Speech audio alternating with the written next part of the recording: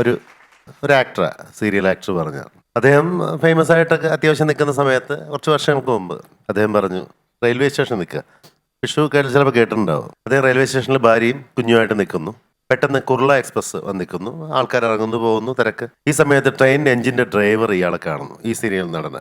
പെട്ടെന്ന് പുള്ളി നോക്കിയിട്ട് പറഞ്ഞു, ഹൈ, നമ്മുടെ മറ്റേ സീരിയലിലെ നായകൻ. പറഞ്ഞു അതെ. അപ്പോൾ അയ്യോ എനിക്ക് ഭയങ്കര ഇഷ്ടമാണ്, ഞാൻ ഫോട്ടോ എടുക്കാൻ, അയ്യോ മൊബൈലില്ല, എൻ്റെ വൈഫിനെ എങ്ങനെ. പുള്ളി ആ കൂടെ അങ്ങ് എക്സൈറ്റ്മെൻറ്റ് കൂടിയിട്ട് ഇയാൾ അങ്ങ് ഇത് ചെയ്യാം. ആ എഞ്ചിൻ ഡ്രൈവർ താഴേക്ക് ഇറങ്ങി, പുറത്തേക്ക് ഇറങ്ങി.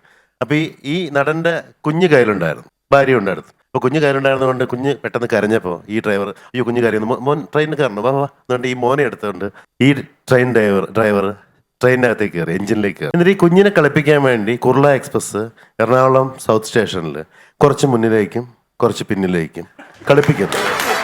അതാണ് ഞാൻ കേട്ട ഏറ്റവും വലിയ നുണയാണ്.